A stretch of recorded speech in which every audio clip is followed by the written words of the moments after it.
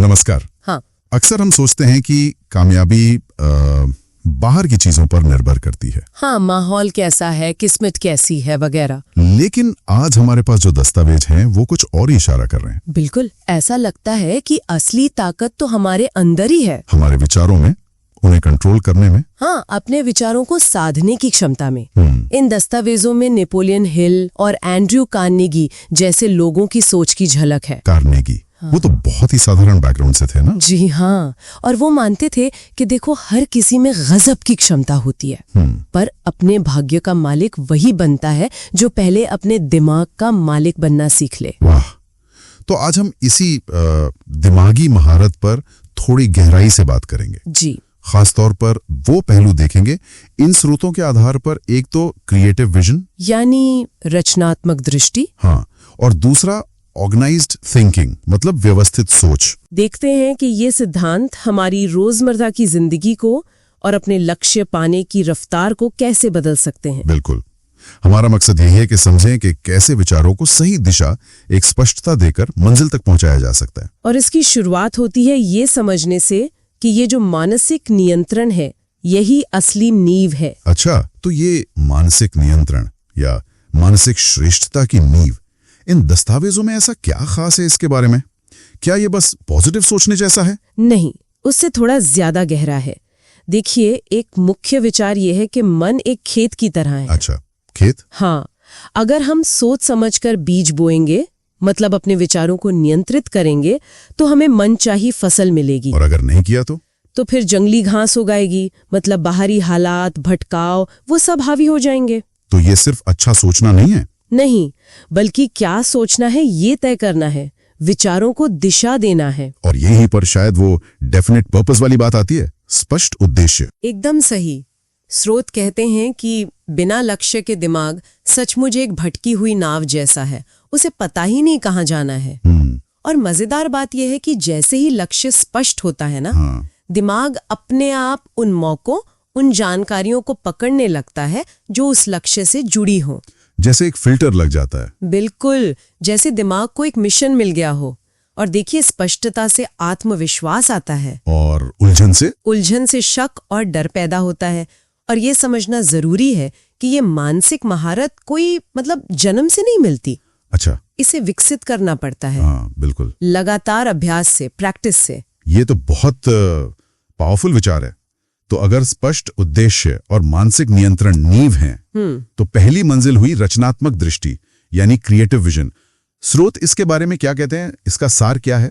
Creative vision का मतलब है चीजों को सिर्फ वैसा नहीं देखना जैसी वो अभी है। अच्छा, बल्कि वैसा देखना जैसी वो हो सकती हैं। मतलब संभावनाओं को देखना। हाँ, ये कल्पना की शक्ति है, नई संभावनाएं खोजना। और ये सिर्फ बड़े आविष्कारों के लिए नहीं है। नहीं, दस्तावेज बताते हैं कि रोज की छोटी छोटी चुनौतियों को नए ढंग से देखने में भी ये उतनी ही कारगर है। ये दिलचस्प है। हाँ, तो ये सबके लिए है, लेकिन दिमाग को तैयार कैसे करें? मतलब जो दिख रहा है उससे आगे सोचने के लिए। हाँ, ये आसान नहीं।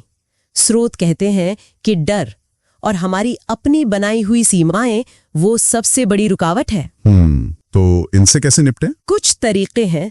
पहला, ईमानदारी से अपने डर और सीमाओं को पहचानना। ठीक है। दूसरा, जो असंभव लगे उस पर सवाल उठाना।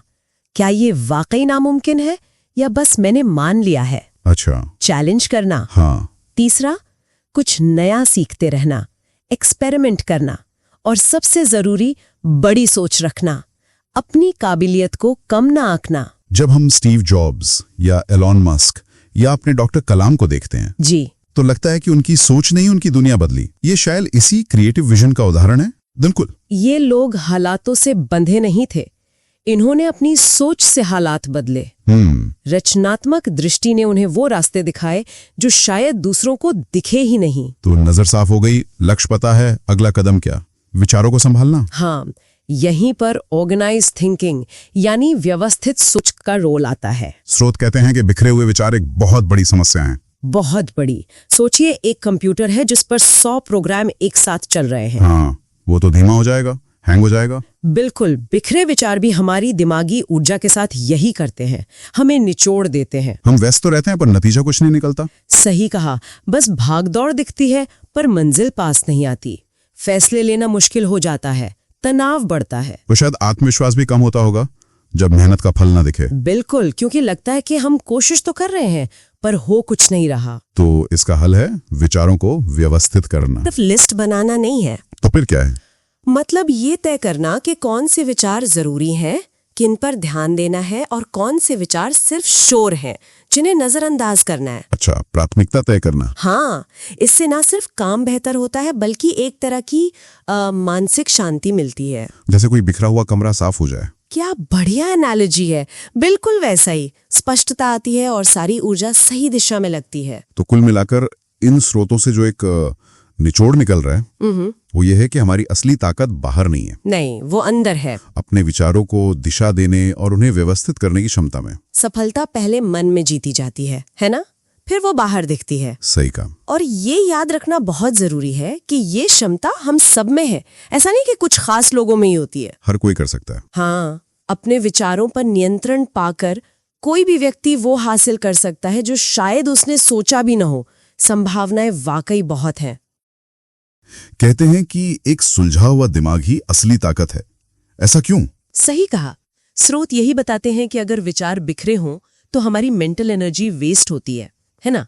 सोच में जब तक क्लैरिटी नहीं होगी हम किसी एक लक्ष्य पर टिकी नहीं पाएंगे। अच्छा। इसे ठीक करने के लिए, जैसे आपने कहा, कई तरीके हैं। एक है माइंड मैपिंग, मतलब एक मेन आइडिया पकड़ो और उससे जुड़ी बातें शाखाओं की तरह बनाओ, एक विजुअल मैप जैसा। हाँ, इससे चीजें साफ दिखने लगती हैं। हाँ, और दूसरा तरीका है प्रायोरिटी तय करना। आइजनहावर मैट्रिक्स का जिक्र है इसमें। हाँ, वो अर्जेंट वर्सेस इम्पोर्टेंट वाला। सुनने में तो बड़ा सीधा लगता है, पर क्या स्रोत ये बताते हैं कि लोग इसमें गड़बड़ क्यों करते हैं? मतलब अर्जेंट और इम्पोर्टेंट में फर्क। हाँ, ये आम प्रॉब्लम है। असल में लेख कहते हैं कि प्रेशर में ना हम अक्सर वो काम पहले उठा लेते हैं जो चीख रहे होते हैं, मतलब अर्जेंट लगते हैं, भले ही वो लॉन्ग टर्म में उतने महत्वपूर्ण ना हो। अच्छा। तो मैट्रिक्स इसी में मदद करता है कि भाई जो महत्वपूर्ण भी है और अर्जेंट भी, उसे पहले करो। जो महत्वपूर्ण है पर अर्जेंट नहीं, उसे प्लान करो। और जो अर्जेंट है पर महत्वपूर्ण नहीं, उसे शायद किसी और को दे दो अगर हो सके। और जो ना अर्जेंट है ना महत्वपूर्ण, उसे हटाई दो। ये सिर्फ टाइम मैनेजमेंट नहीं है, ये दिमागी फोकस की ट्रेनिंग है। मतलब गैर जरूरी को ना कहना सीखना। इसी तरह जर्नलिंग की भी बात है, यानी विचारों को लिखना। सिर्फ लिखने भर से कैसे मदद मिलती है? देखिए, स्रोत बताते हैं कि जब हम लिखते हैं ना तो अपने विचारों को बाहर निकालकर देख पाते हैं ऑब्जेक्टिवली। अच्छा, जैसे किसी और को बता रहे हो। हाँ, कुछ वैसा ही।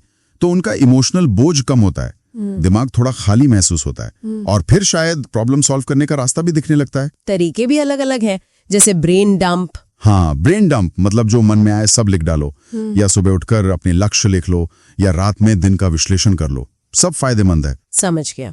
और लक्ष्य के लिए तो वो स्मार्ट वाला तरीका है ही, स्पेसिफिक, मेजरेबल वगैरह। बिल्कुल। अमीर बनना है ये तो हवा में बात हुई, लेकिन 2 साल में 10 लाख कमाने हैं जिसके लिए हर महीने एक्स अमाउंट बचाना होगा, ये एकदम क्लियर है। हाँ, इससे एक्शन लेना आसान हो जाता है। विजुअलाइजेशन का भी जिक्र है। हाँ, मतलब लक्ष्य को हासिल करते हुए खुद को देखना, ये आत्मविश्वास बढ़ाता है। पर देखिए, विचार ठीक कर लिए, लक्ष्य बना लिए, लेकिन एक और बड़ी चुनौती है। क्या? ध्यान, अटेंशन, उसे बनाए रखना। ओ हाँ, ये तो आज के जमाने की सबसे बड़ी दिक्कत है। बिल्कुल। स्रोत इसे सफलता की सबसे अहम कड़ी मानते हैं। नेपोलियन हिल ने भी कहा है कि ध्यान पर काबू पाना ही असली शक्ति है। और ध्यान भटकाने वाली चीजें तो अनगिनत हैं। हाँ? सोशल मीडिया, फोन के नोटिफिकेशंस कभी खत्म ही नहीं होते। सही बात। तो इनसे निपटने के लिए उपाय भी बताए गए हैं, जैसे डिजिटल डिटॉक्स, मतलब कुछ टाइम स्क्रीन से बिल्कुल दूर, और सिंगल टास्किंग पर जोर है। मल्टीटास्किंग सुनने में अच्छा लगता है, पर असल में वो हमारे ध्यान को तोड़ता है। हाँ, एक काम पर फोकस करना, वो पोमोडोरो टेक्निक भी है शायद। 25 मिनट काम, 5 मिनट ब्रेक। हाँ, वो भी है। छोटे ब्रेक्स दिमाग को फ्रेश रखते हैं। पर लगातार ब्रेक से काम का फ्लो नहीं टूटता? ये सवाल अच्छा है। स्रोत मानते हैं कि छोटे नियमित ब्रेक्स लंबी अवधि में फोकस बेहतर करते हैं, खासकर बोरिंग कामों में। पर हाँ, यह हर किसी के लिए अलग हो सकता है। मेन बात है दिमाग को आराम देना ताकि वो रिचार्ज हो सके। और हाँ, फालतू की चीजें अपने आसपास से हटाना भी बहुत जरूरी है। ठीक है, तो फोकस के लिए दिमाग का शांत होना जरूरी है और हमारे विचार वो सीधे हमारी भावनाओं और स्ट्रेस से जुड़े हैं। बिल्कुल। नेगेटिव सोच जैसे मैं ये नहीं कर पाऊंगा या सब गड़बड़ हो जाएगा, ये सीधा कॉर्टिसोल हार्मोन बढ़ाती है, यानी स्ट्रेस। तो इससे कैसे निपटे? पहला कदम है जागरूकता। अपने नेगेटिव विचारों को पहचानना। क्या ये सच है या बस मेरा डर बोल रहा है? फिर उन्हें चुनौती देना, पॉजिटिव एफर्मेशंस दोहराना और प्रॉब्लम पर अटकने के बजाय सॉल्यूशन पर फोकस करना। और एक बहुत जरूरी बात, दूसरों से तुलना बंद करना। हाँ, ये तुलना तो बहुत स्ट्रेस देती है। बिल्कुल। सबका अपना सफर है, अपनी रफ्तार है। मानसिक शांति के लिए और क्या तरीके हैं? मेडिटेशन। हाँ, रोज 10-15 मिनट का ध्यान बहुत फायदेमंद बताया गया है। गहरी सांस लेने के अभ्यास, जैसे वो 4-7-8 वाली तकनीक। हाँ, 4 सेकंड सांस लेना, 7 रोकना, 8 छोड़ना। बिल्कुल। ये तुरंत तनाव कम करती है। प्रकृति में वक्त बिताना या बस कुछ देर शांत बैठना बिना किसी गैजेट के, ये सब दिमाग को रीसेट करने में मदद करते हैं। और दिलचस्प बात यह है कि ये सब हमारे रिश्तों पर भी असर डालता है। ध्यान का रिश्तों से क्या लेना देना? स्रोत बताते हैं कि जब हम किसी से बात करते हुए सच में उन पर ध्यान देते हैं ना, मतलब एक्टिव लिसनिंग, उनकी आंखों में देखकर सुनना, उन्हें बीच में न टोकना, तो रिश्ते मजबूत होते हैं। अगर आप किसी से बात करते समय बार बार फोन देख रहे हैं तो सामने वाले को लगता है कि आप उन्हें अहमियत नहीं दे रहे। सही बात है। ध्यान सिर्फ काम के लिए नहीं, रिश्तों के लिए भी उतना ही जरूरी है। बिल्कुल। तो कुल मिलाकर इन लेखों का निचोड़ यही है कि सोच को व्यवस्थित करना, ध्यान लगाना और मन को शांत रखना, ये सब आपस में जुड़े हुए हैं। हाँ, और ये न सिर्फ हमारे पर्सनल गोल्स पाने में मदद करते हैं, बल्कि स्ट्रेस कम करते हैं और हमारे रिश्ते भी सुधारते हैं। लेकिन जानना ही काफी नहीं है। नहीं, बिल्कुल नहीं। अभ्यास ही सबसे जरूरी है। श्रोतिक बहुत अच्छा सवाल उठाते हैं आखिर में कि जब आप अपने ध्यान को साधना सीख जाते हैं तो इस ताकत का इस्तेमाल कहाँ करेंगे? क्या फालतू चीजों में लगाएंगे या अपने सपनों को पूरा करने में? ये सोचने वाली बात है। तो स्रोत कहते हैं कि तनाव की एक बड़ी वजह है हमारा मन, जो या तो अतीत में रहता है या भविष्य की चिंता करता है। और जाहिर है, जब हम प्रेजेंट में होते हैं, वर्तमान पर ध्यान देते हैं, तो शांति मिलती है। लेकिन ये होता क्यों है? मतलब दिमाग इतनी आसानी से भटकता क्यों है? क्या स्रोत इस पर कुछ कहते हैं? बिल्कुल। स्रोत बताते हैं कि ये असल में मानसिक अनुशासन की कमी है। अगर दिमाग को ट्रेन ना किया जाए तो वो बस कहीं भी भागता रहता है, विचारों के जंगल में खो जाता है। लेकिन हाँ, ये सिर्फ तनाव कम करने की बात नहीं है।